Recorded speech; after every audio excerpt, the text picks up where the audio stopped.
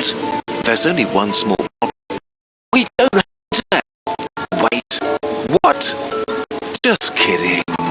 But our sponsor can help you with that problem while traveling. Saily is the eSIM service app from the creators of NordVPN. You can choose from a wide range of affordable eSIM plans for over 200 destinations, so you never without an internet connection while traveling. Just download the app, pick a data plan, use the code Kurzgesagt for a 15% discount on your first data package, and install the eSIM in advance. It'll activate automatically when you arrive, and you can start browsing right away. You can also use Saily to feel like a local. It now comes with an app-based phone number for voice calls and SMS that stays the same everywhere. Perfect for local apps, shops, and travel companions. And to keep your real number private. With just one app download, you've solved your internet problem while traveling once and for all, saving time and expensive roaming fees.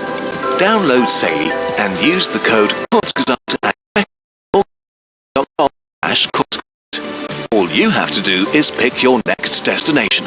We'll get back to solving our trickier travel problems. Everything should be sorted out now, right? Well, there's only one small issue. Space hates you. The barrier of dust. Unfortunately, we'll run into a few obstacles on the way. Literally. Because while space is very empty, it's not actually empty. There are energetic particles, gas, dust, and things bigger than dust. As a lot of unhappy people experience every day, if you're going really fast and smash into something, you have a huge problem. And at 20% the speed of light, this is true even if the thing you're smashing into is just an atom. An atom, your station speed, has enough energy to carve a damaged track tenths of a millimeter deep. Over time, its hull will be riddled with microscopic bullet holes, which is not great. Of course, our engineers knew this and created a shield for our ship. A sort of protective sail that absorbs or at least slows down most molecules we smash into. And while this makes the journey much safer, there are things floating around in space that are larger than atoms. Running into a single grain of dust at 20% the speed of light is like running into a grenade, causing a tiny detonation as the dust explosively evaporates, grinding away our protective shield. But you can also hit something bigger than a grain of dust, like a small rock the size of a golf ball. Hitting that at 20% the speed of light releases more than double the energy of the nuclear bomb that was dropped over Hiroshima. We'll not even talk about it as larger. Atoms, dust, and pebbles are dangerous enough. We might have reached our natural speed limit here. Beside the fact that we don't have a good idea how we could possibly fly any faster, all of the damaging effects of hitting stuff floating around in the void get much worse fast. Having said all that, it's probably fair to assume that with enough shielding, our spaceship should be able to survive traveling through space at roughly 20% the speed of light, long enough to get to at least nearby stars in a reasonable amount of time. Only one more issue to overcome. Almost everything in space that's close is super lame. The first proper target outside the solar system is the Alpha Centauri system, which is roughly 10,000 years with our original slow, more realistic ship, but only 20 years with our super-fast fictional ship. So let's cram a few unlucky humans into a tiny box for 20 years and send them on their way and assume they somehow make it without murdering each other. 4 years after that, their message reaches Earth. People around the globe gather together and hold their breath, eager to listen to it. We arrived. Alpha Centauri's planets are very pretty up close. Fortunately, they're all super deadly and uninhabitable. But we're doing extremely cool astrophysics and are learning a lot, which is pretty exciting. We're getting kind of tired of freeze-dried food and desperately need new shows to watch though. Not sure what we were thinking coming here. The thing about space is that almost all close destinations, if close means something different from what it usually means, are pretty lame. Not from a scientific perspective, of course.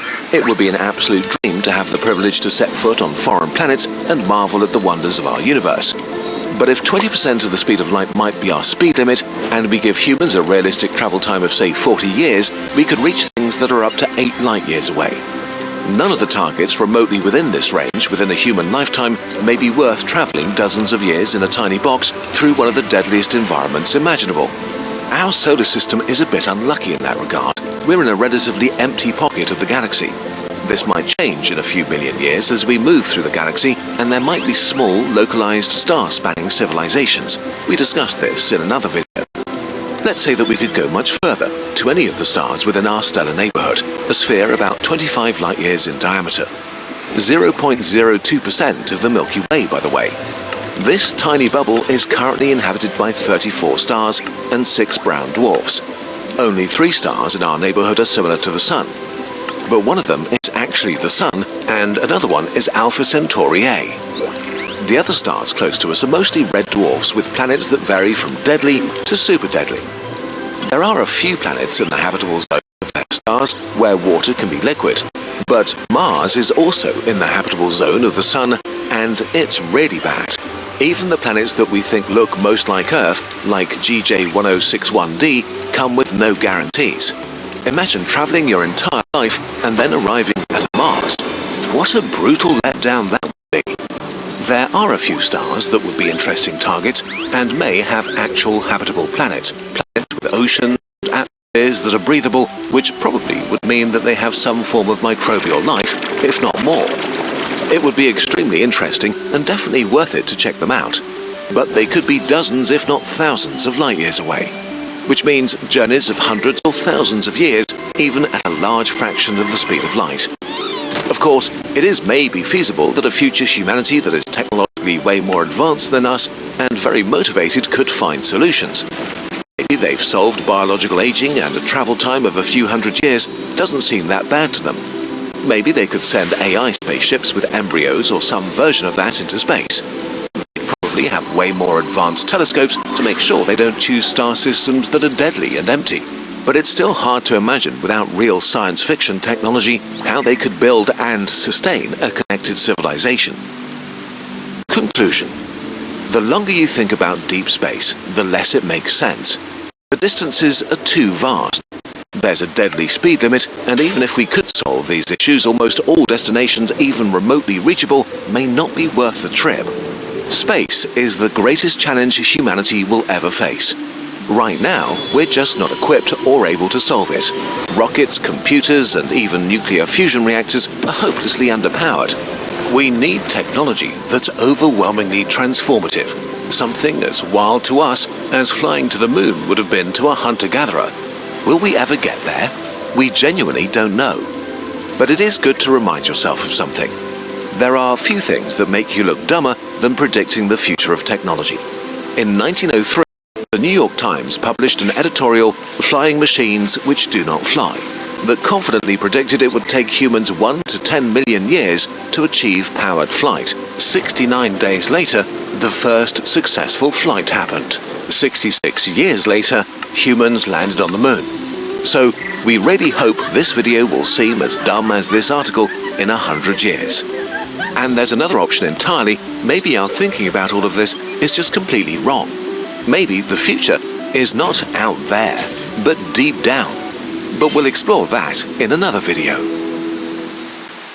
The latest limited edition pin is here, continuing the Cosmic Time Collection. Predicting the future is really hard, but this device offers you a rare glimpse into the end of the universe. Spoiler, one by one, all the stars will die until everything is swallowed by darkness. Wear this animated lenticular pin as a reminder that you exist right now, in a brief and extraordinary moment in time when the universe is still filled with stars and light, and there's so much left to discover. You're exactly where you belong in cosmic time and the universe. Only 10,000 Vanishing Stars pins exist, and each one is individually numbered.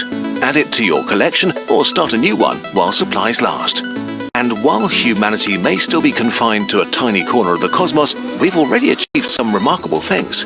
To celebrate these milestones, we created our Cosmic Milestones poster collection, featuring the first moon landing, the Mars rover Curiosity, and the Wilson Observatory, all enhanced with shimmering foil details.